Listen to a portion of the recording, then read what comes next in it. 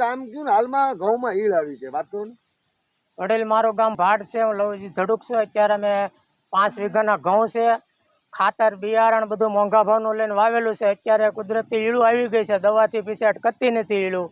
અને હવે અત્યારે ઘઉં પાકવા ટાઈમ છે, તો એમાં ઘઉંમાં કાંઈ લેવાનું નથી, યાર્ડમાં જ આવી તો ભાવ નથી થોડા. તો સરકાર આમાં મદદરૂપ થાય તો સારું, નકર ખેડૂતોનો તો અત્યારે હાલ બે હાલ જ છે હાવ.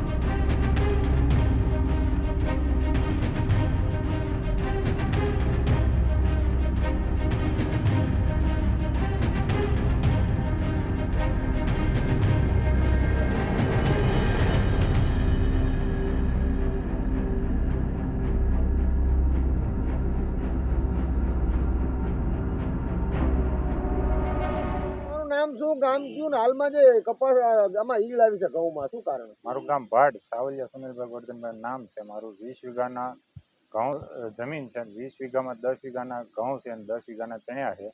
આ 20 વર્ષથી હું ખેતી કરું છું. 20 વર્ષમાં પહેલી વાર મારે ઈળ આવેલી છે અને આ ઈળ કોઈ પણ જાતની દવાએ મરતી નથી અને કોઈ પણ જાતના ઊંચા ભાવના ખાતર બિયારણ વાપરેલા છે.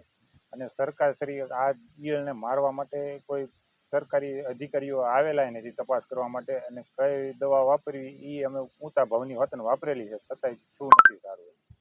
ઈળ ન આવે, મરતી નથી, એનું કારણ શું છે? એ તો દવા તો અમે ઊંચા ભાવની વાપરી હતી, છતાંય ઈળ મળતી નથી. આ પ્રથમ વાર બન્યું છે. સરકાર શ્રી કોઈ આવી અધિકારીઓ આવીને તપાસી નથી કરેલો.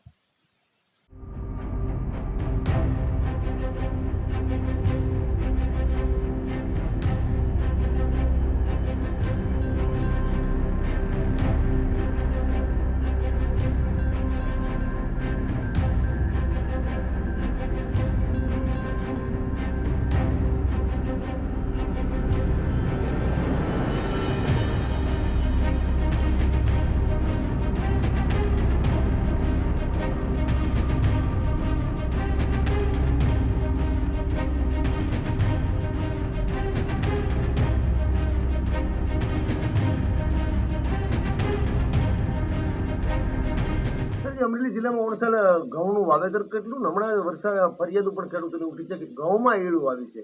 આવી પ્રથમવાર ઘટના છે ઘઉંમાં ઈળું આવ્યું, આવું કેમ? ચાલુ વર્ષે સારા ચોમાસા અને પાછોતરા વરસાદને હિસાબે ખેડૂતોએ મોટાભાગનું રવિનું વાવેતર કરેલું છે, જેમાં 34,000 હેક્ટરમાં ઘઉંનું વાવેતર થયેલું છે. ત્યારબાદ જિલ્લાના ખેડૂતોમાં એવી પ્રથાઓ છે કે કપાસ કાઢીને પણ એ ઘઉંનું વાવેતર અથવા ચણા પાકનું વાવેતર કરતા હોય છે. મોડું વાવેતર થોડુંક થતું હોય છે.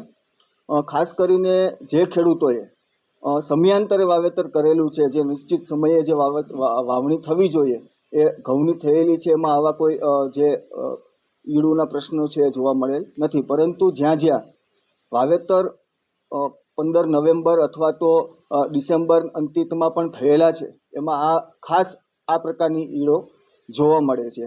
આ એક સૂટફ્લાયનો પ્રકાર છે કે જે મોડું વાવેતર થતું હોય ત્યાં જનરલી દેખાય છે. પરંતુ અમરેલી જિલ્લામાં આ પ્રથમવાર બગસરા છે, બાબરા છે, તેમજ અમરેલી તાલુકાઓના ઘણા ગામોમાં ઘણા વાવેતર ફિલ્ડમાં જોવા મળેલી છે. વૈજ્ઞાનિક શ્રીઓએ આ બાબતમાં ફિલ્ડ વિઝિટ કરેલી છે અને સૂટફ્લાય છે એવું સાબિત પણ કરેલું છે. હાલ વૈજ્ઞાનિક શ્રીઓએ આના ઉપર સંશોધનનું કાર્ય એનું અને નિરીક્ષણનું કાર્ય ચાલુ છે.